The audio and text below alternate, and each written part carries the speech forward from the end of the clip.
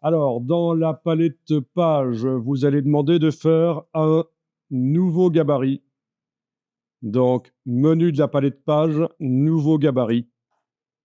Menu de la palette page, nouveau gabarit. Ce nouveau gabarit va porter le numéro B et il va être créé, il faut l'indiquer ici, d'après le gabarit A. Donc, ça va être l'enfant du gabarit A. OK. Donc, vous le voyez, le gabarit B. D'ailleurs, la numérotation dans le gabarit B porte le numéro B. Voilà. La balise s'appelle B. Logique.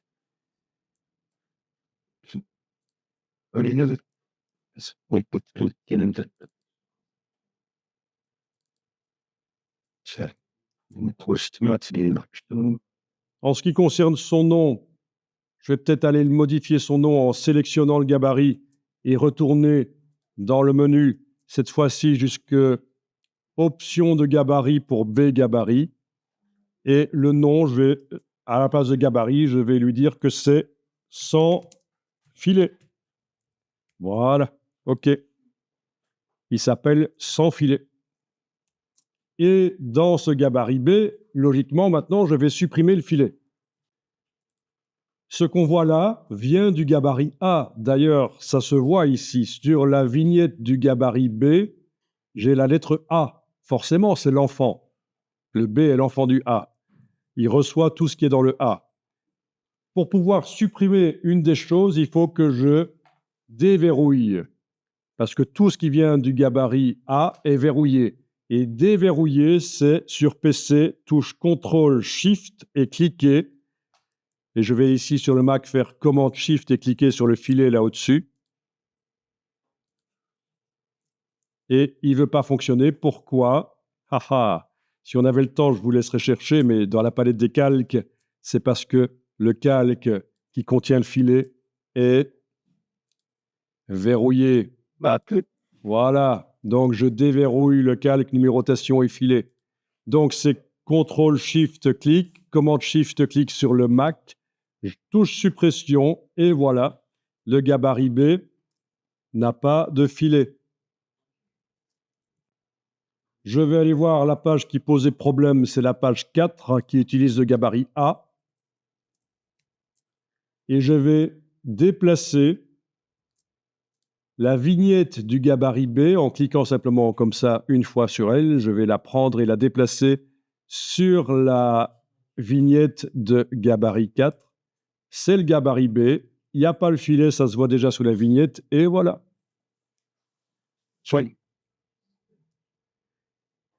Et si je vais dans le gabarit A, modifier la position du numéro, je la mets en bas à droite par exemple, mais ça se modifie sur les pages qui utilisent le gabarit A, évidemment, mais aussi sur la page qui utilise le gabarit B, puisque dans le gabarit B, le numéro, je ne l'ai pas modifié, je ne l'ai pas déverrouillé. Vous voyez la logique? Alors, je recommence l'opération pour ceux qui auraient loupé, et je vais le faire pour faire un gabarit qui, lui, n'a pas la numérotation nouveau gabarit. Ici, je peux déjà indiquer que c'est sans numérotation. Voilà. Il est créé d'après le gabarit A. C'est le parent. OK. Là-dedans, je déverrouille. CTRL-SHIFT-clic sur le PC, commande-SHIFT-clic sur le Mac, touche suppression. Et voilà, j'ai un gabarit où quand je l'applique, ce n'est que le filet. Et bien sûr, je peux aussi faire un gabarit qui n'a rien. Nouveau gabarit. Ça va être sans numérotation et sans filet. Et donc, il est créé d'après le gabarit A. OK. Et lui, je déverrouille le filet, je le supprime, je déverrouille la numérotation, je supprime. À quoi ça sert? Eh bien, je vais pouvoir, avec ça, sur certaines pages, appliquer quelque chose qui serait dans le gabarit A, mais qui n'est ni un filet, ni la numérotation. Par exemple, si dans le gabarit A, sur la partie décoration, donc sous les choses, je vais mettre une décoration. Voilà. Ça va se retrouver sur tous les gabarits. Donc, par exemple, je vais aller mettre cette couleur-là, teintée, c'est juste une décoration. Comme ça. La fidèle. Et donc, on voit le gabarit A répercute sur tous les autres gabarits enfants, B, C, D, cette décoration. Le D n'a que la décoration. La décoration, je l'ai mise sous, tous les éléments, sur un calque spécial décoration. Et donc, il n'y a pas de problème. Quelles que soient les choses qui sont sur les pages, c'est derrière. Voilà, vous voyez un peu la logique. Vous avez vraiment les outils qu'il faut pour faire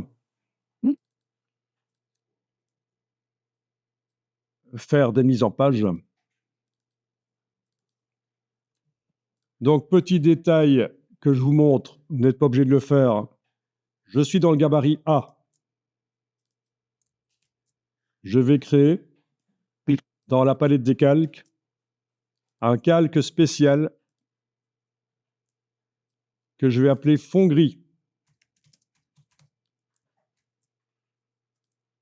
Dans ce calque fond gris, qui est en dessous de tout, je vais tracer un rectangle, même en débordant au-delà des pages, un rectangle qui va avoir une couleur, elle était là en bas, noir très faible, par exemple 5, mais pour la démonstration, je vais mettre plutôt 10, mais voilà. Quoique. Voilà, 8. OK. En principe, on fait quand même un peu moins. Et qu'est-ce que ça fait, ça? Ça, c'est super intéressant. Quand vous regardez une page qui a des images, vos images vont apparaître davantage dynamiques. Qu'est-ce qui se passe, en fait?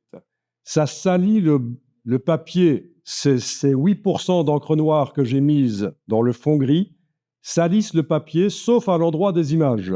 Et donc, les gens qui tiennent le papier en main, la publication, pour eux, le blanc du papier, ben, c'est ce qu'ils voient. Ils considèrent que le blanc du papier, c'est ça. Et il y a quelque chose qui est bizarre à ce moment-là, c'est que dans les images, le vrai blanc du papier apparaît, et ça donne l'impression que les images sont lumineuses, dynamiques. Ça, c'est quelque chose qui est très souvent utilisé dans les catalogues, dans les portfolios aussi, portfolios de travaux, sites web aussi, font légèrement salis et les images ont l'air de popper, de sortir, surtout si elles ont du blanc.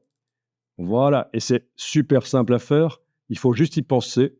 Je vous montre juste avec et sans. Si j'enlève dans la palette des calques l'œil en face du fond gris, vous voyez sans et vous voyez avec.